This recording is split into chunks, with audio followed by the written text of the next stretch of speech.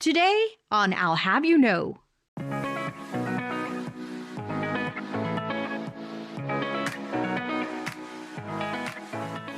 I started talking about wanting to be a reporter when I was about 10 years old. I joke that I was always the kid in class that got the minus when knows when to talk and when to keep quiet. So that's a good start. I have a perspective on the world that not everybody has because of the very good things that happen to people in their lives and the very bad things that have happened. I feel like now it's made me an incredibly empathetic person, no matter where my work takes me. All right, I'm here with Christine Dobbyn, co-host of the I'll Have You Know podcast. I'm Scott Gale. I sit on the Rice Business Alumni Association board and am thrilled to be here hosting kind of a behind the mic episode, taking over this episode and flipping the script on Christine, giving her an opportunity to come in and share a bit more about herself. Christine, welcome to your own show. Thanks for having me and giving me the opportunity to flip the script here. So we just want to jump in, and I'd love to understand a bit more about kind of what are some of the things that you're working on and spending your time on today. What does a day in the life look like for Christine today? Well, right now, it depends on the day, I guess. There's really no typical day.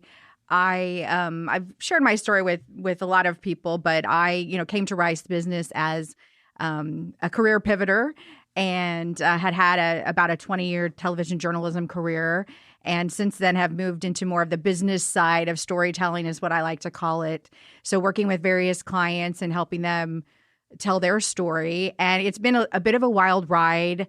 I've really just tried to open the door to opportunities that came to me and have found myself working with various industries, have clients in aerospace, energy, medicine, education, real estate, and have also worked in a variety of capacities. It's all communications related and storytelling related. So it has been quite a journey. And I've said I've been doing this full time for about a year and a half. And given my experiences, I feel like I've learned 10 years of information because there's been so much coming at me. But it's been a wonderful experience and allowed me to see maybe what are my biggest strengths, what are my biggest challenges, where do I have areas to grow and learn, and what I just flat out love to do, and maybe some things I don't enjoy as much and either want to move away from that or perhaps delegate that to someone else to do.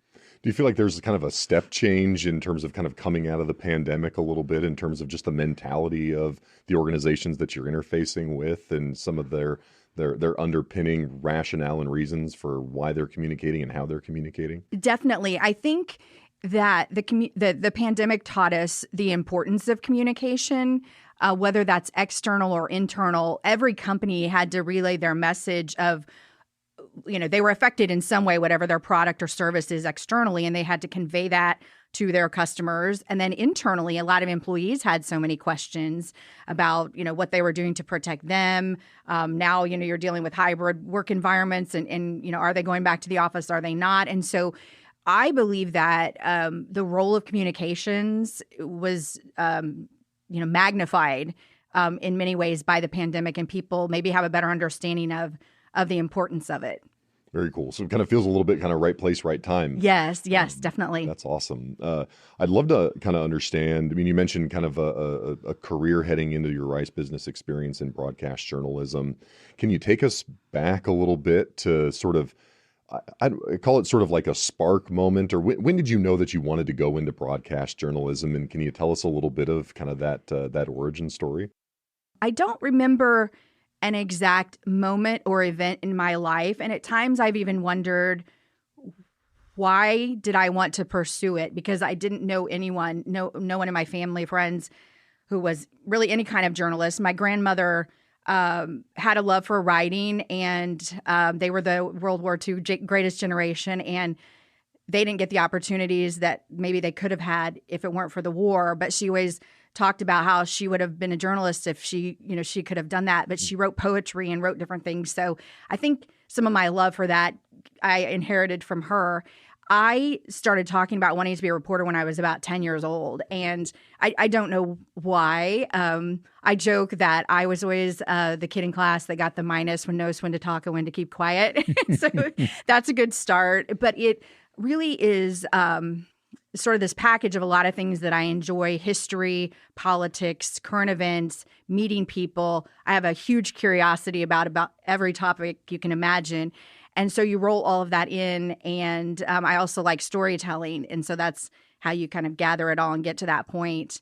In high school and college, I had a lot of those roles where, newspaper editor, yearbook editor, any kind of communications type role where I was the one that gathered the information and got to tell the story or share the news. That was always an opportunity that I was looking for. So went ahead and pursued that in college, and then ended up throughout my career working at 3 different stations.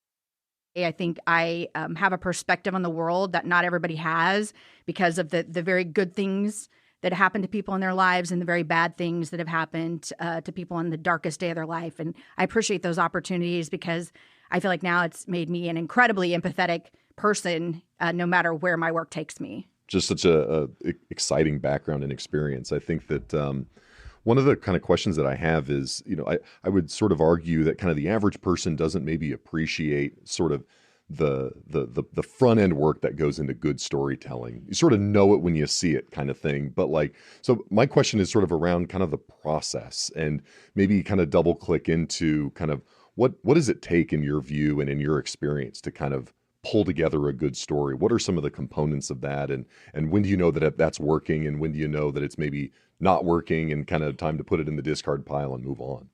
Definitely. And I think that's one of the biggest things people are maybe surprised about when they hear what it's like to be a reporter. And this could be a print reporter, a television reporter, a variety of ways. I think people think that, we sit around and get our hair and makeup done, and then someone hands us a script at 5 o'clock. And I would say, I tell young students in college when they ask about the profession, I say you have to really want it in order to put the work in. I mean, the salaries are not great, and they're not getting any better. It's long hours, it's holidays, nights, weekends. You really have to be all in and really want to do it in order to pursue it. Over the course of my career, the workload did increase with when I came on, social media did not exist. So so we had social media, more web expectations. So you're really sort of a print TV journalist, and then you're also feeding the beast to post things to social media. But the way our day would start was usually with an editorial meeting. There were 2 a day, so depending on your shift, where everyone would talk about, what's going on today. Sometimes those are scheduled events, sometimes breaking news, what are current topics out there that are trending. And you were expected to bring usually 3 story ideas to the meeting and make your pitches. And those pitches could come in a variety of ways, keeping contacts and sources and staying in touch with them, whether it's police, an attorney, someone at the state house, bringing those ideas. Sometimes I would get an idea just driving down the street, and I would see something interesting. So my eyes were always open. Any kind of a social event I was at, I was listening. What's the conversation? What are people talking about? What's important in their lives? And then it's really, you hit the ground running. You have maybe 3 to 4 hours to turn the story. You're working the phones. You're trying to set up interviews. You're gleaning anything you can from the internet, any kind of information you can get. And then you're really driving all over the city trying to gather your interviews and shoot video and get the pictures that are going to match your story. And you kind of mentioned, this blend of skill and luck. I mean, you've been recognized at some of the highest levels for some of the stories that you've told. Could you share maybe a specific example of sort of where those things kind of came together, and maybe one that you felt like was the story and didn't really hit, or one that was maybe an unexpectedly kind of took a life of its own? About a little more than a decade ago, I had been in Houston a few years, and I have had a bit of a fascination always with the Cold War, Germany, the Berlin Wall. I'm not sure why. I just am really fascinated by that story. And, living in Houston, you're exposed to the connections with the Bushes and James Baker and their role in the Cold War and the end of the Cold War. And I always liked to dive into longer form storytelling. I mean, your typical news story is maybe a minute and 30 seconds. Yep. I really like a 30-minute show, and that's really rare to get to do in local news. And I had this idea of putting together some kind of anniversary show for the Berlin Wall. And so I had this idea of trying to put together something where we explain, just sort of the Houston connection, and then also went to Germany to, tell the story there. And at the time, we were traveling a lot. They were, for local news, definitely, they had some budget to do these types of specials. And I went to my news director and I pitched the idea. And he said, if you get Bush, I'll let you do it. And I was like, oh, okay, so no problem. So I started working. I called his press secretary and had a lunch with him and kind of told them what I was trying to do. And also went through James Baker's secretary. They liked the idea. They said, okay, we'll consider it. And, I approached them in like February, and the anniversary wasn't until November. Okay. But, time was ticking, didn't hear anything, continued my persistence, would check in with them every so often. Eventually, Baker's press secretary called and said, Secretary Baker has agreed to do an interview with your special. I still hadn't heard from anyone from the Bush camp. And we shot that at Rice at the Baker Institute. And he was amazing. The way he can explain, what happened during that time, how it all, unfolded, and his role in it. And one of the things I learned was the relationship between Bush and Baker. I really think it was a once in a lifetime, once in a generation, maybe one of the best presidential Secretary of State relationships we'll ever see. And the way they were able to get so much done was because of the trust they had, which dates way back to their time in Texas together. And so at the very end, I said to Secretary Baker, I said, Mr. Secretary, have you been pleased with the way this interview has gone? And he said, yes. And I said, okay, would you put a bug in President Bush's ear that I'm trying to get an interview with him to complete this project? And he said, okay, I'll do that. And the next day, Bush's press secretary called me and said, we'll do it. So that was just, it was a spur of the moment idea I had that maybe the way in isn't through all the press people and the handlers, because their job is to kind of manage the schedule, screen all the interviews, but go through the person who is the most connected to him. And if he liked the direction of the story and my interview positioning, then maybe he could, convince President Bush to do it. So then we ended up doing that, went to Germany.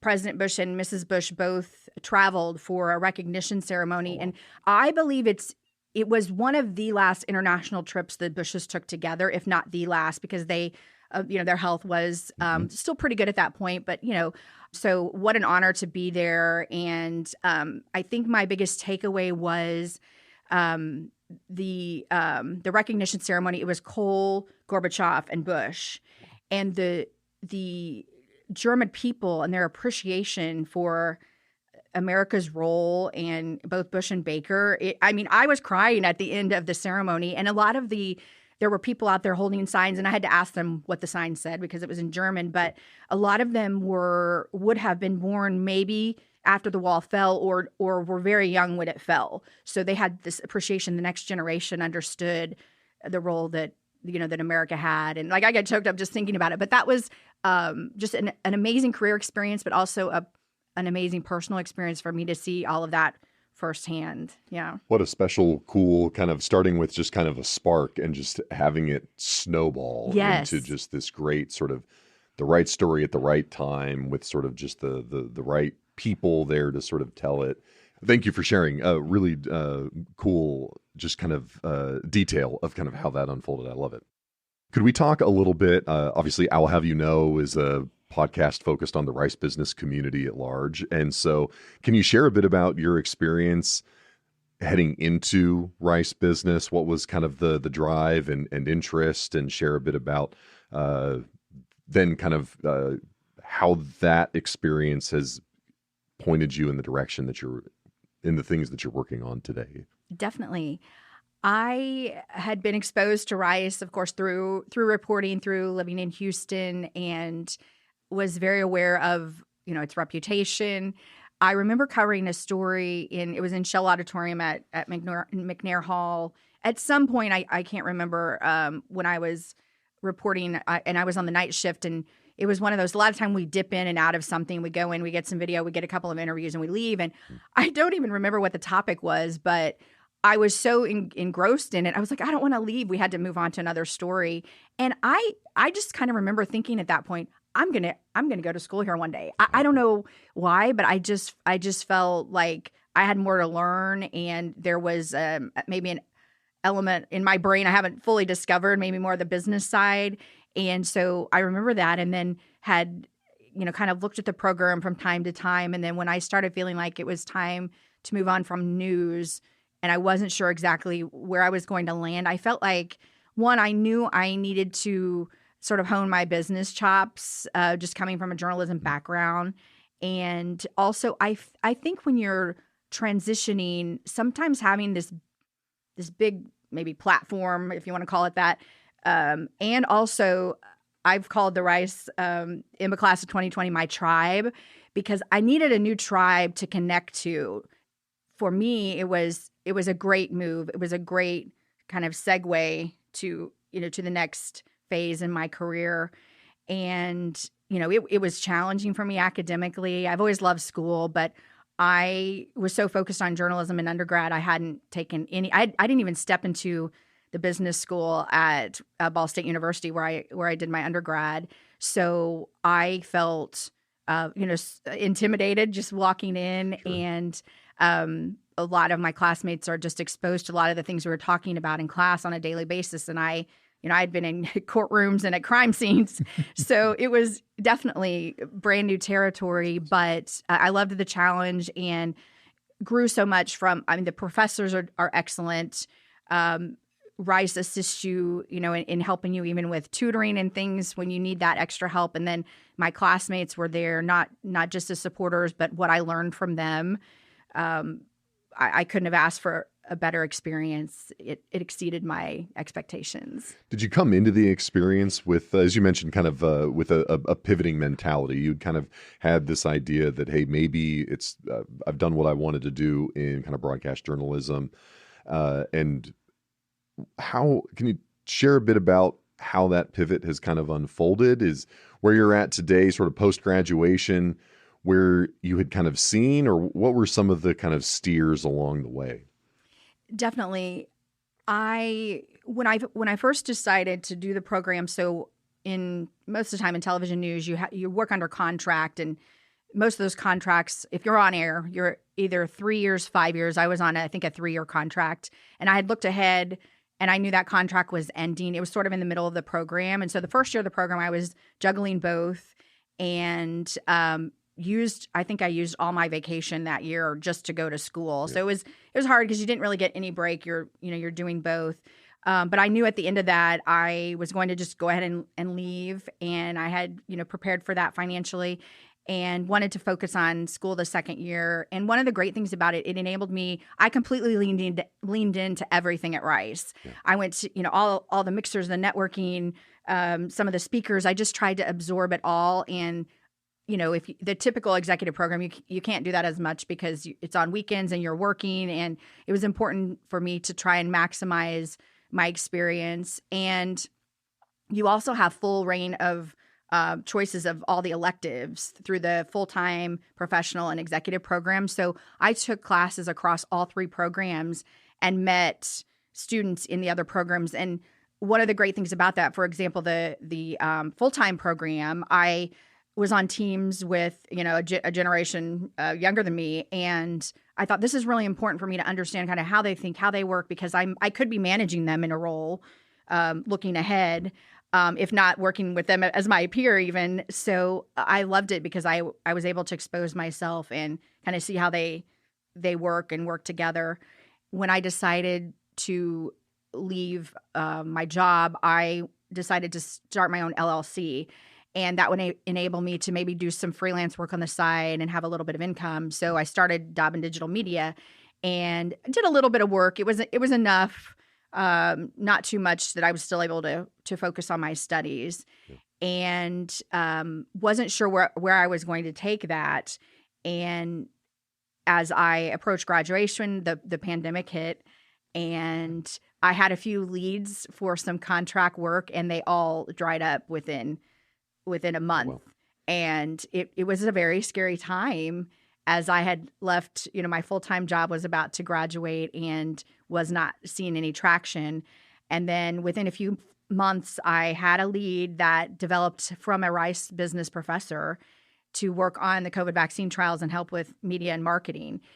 So I can honestly say probably 3/4 of the work I have today is all from the Rice Business Network. Maybe our cohort, maybe a professor, or maybe someone within the community.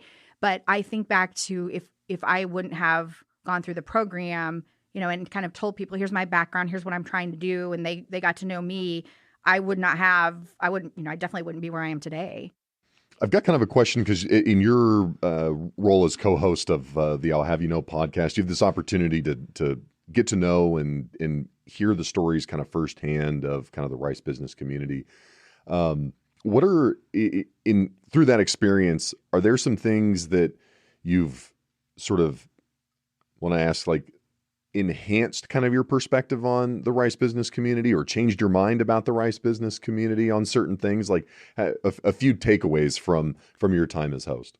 Definitely. I've really enjoyed being host, and have met so many people, some recent graduates, some from 20 years ago. So it's interesting to hear them talk about how the program's evolved, because Rice Business is still a young program, right, compared to a lot of others around. And the variety of professions in which they are in, some of them who have been career in a specific area, others who have pivoted like myself 2 or 3 times. And that's the best part, is getting to know them, getting to know their stories, seeing if we know any of the same people. But I have found one common thread is everyone just talks about how the program was just such an important part of their life in shaping where they are today. They all talk about the network, the people, and the professors, and so that's common. The impact it's had on their life, it's the same again and again. So that just speaks to the power of the program and the impact that it has. But that each person takes that and sort of finesses it and moves forward in a different way.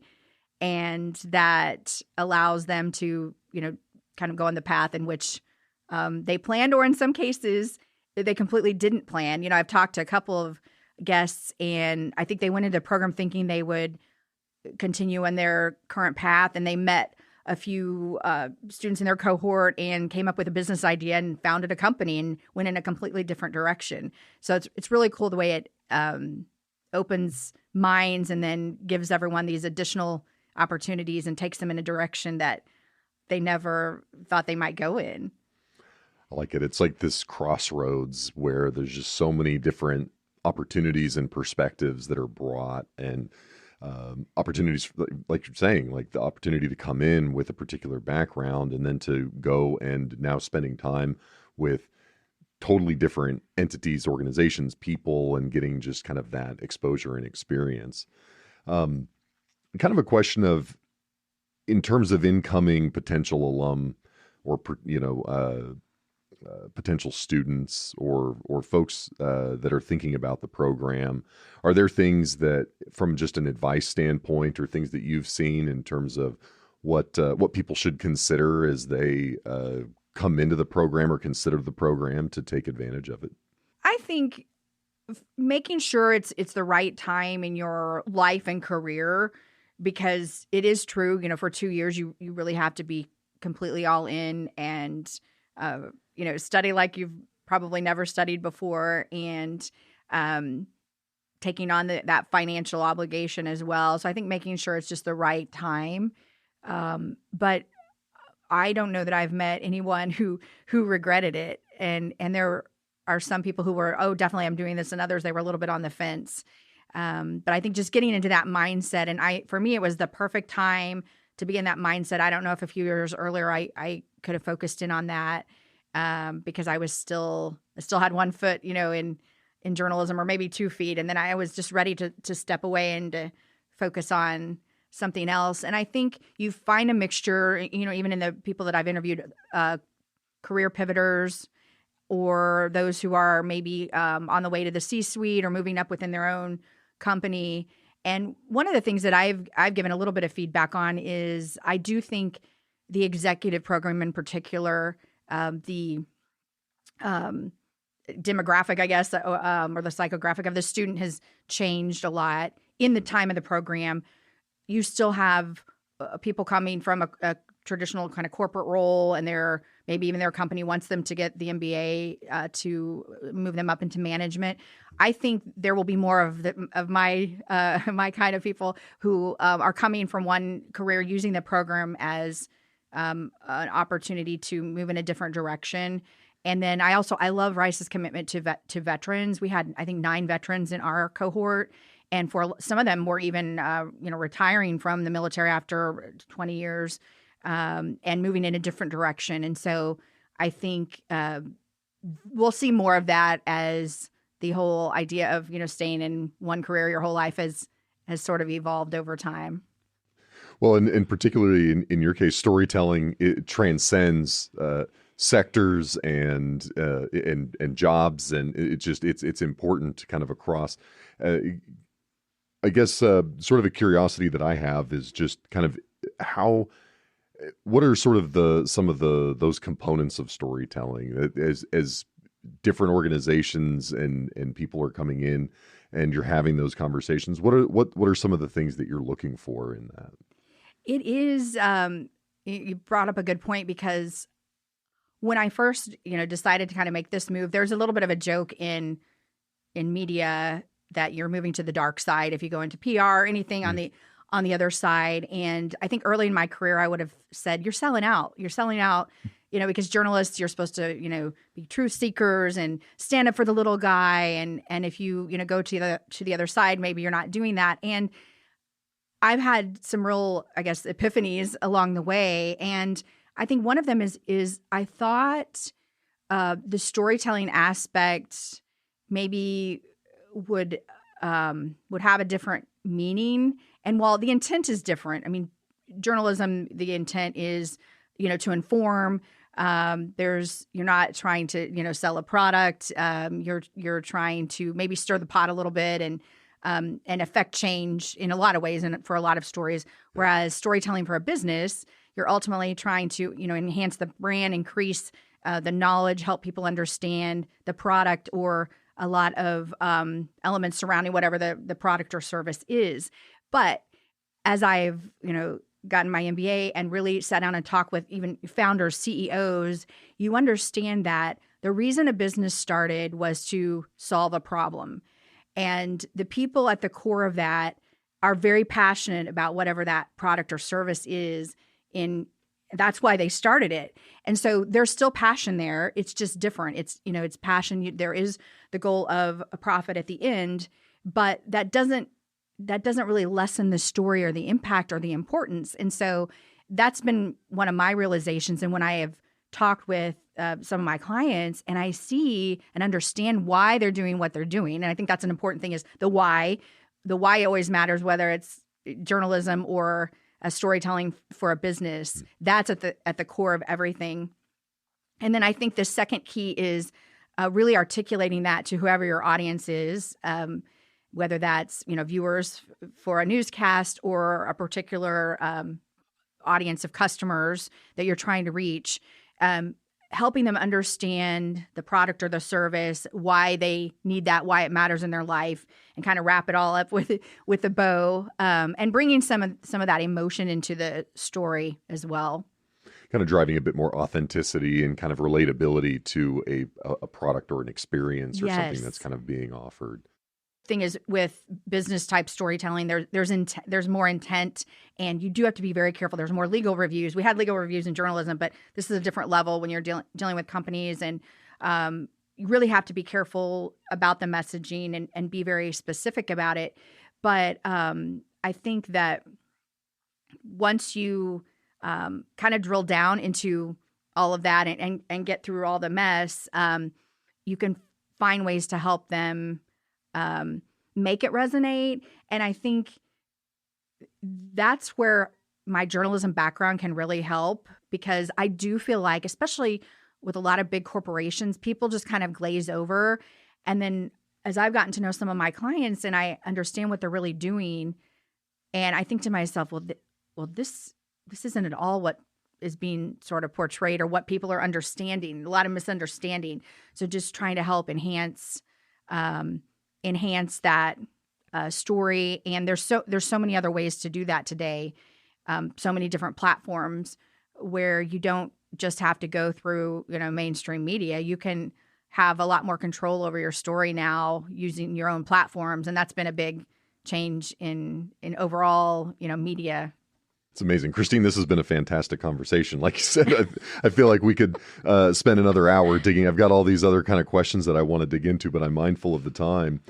So, Christine, where can people find you? If how can they get in touch if they're interested in the things that you're working on, or just want to connect and hear more from you one-on-one? What's the best way for people to track you down? Definitely. I would say probably LinkedIn. I find LinkedIn to be a great platform, and I have Christine Dobbyn, and then I also have Dobbyn Digital Media, Message and Connect, and I've even met and connected with a lot of different people that have led to different business relationships that you never imagined. So that's always a great platform. Very cool. We'll make sure and include those links and things in the show notes so that people can track you down. A big shout out and thank you to the Digital Wildcatters for allowing us to use their space here. Yes. And appreciate their support, and encourage people to check out the I'll Have You Know podcast in the middle of season 2, and exciting things ahead for sure. And Christine, thanks again for taking the time. It's been a blast. It's been great. This has been I'll Have You Know. Thanks for listening. You can find links and more information about our guests, hosts, and announcements on our website, business.rice.edu. Please subscribe to this podcast wherever you find your favorite podcasts, and leave us a comment while you're at it and let us know what you think. I'll Have You Know is a production of Rice Business and is sponsored by the Rice Business Alumni Board. The hosts of I'll Have You Know are myself, David Trugliever, and Christine Dobbyn.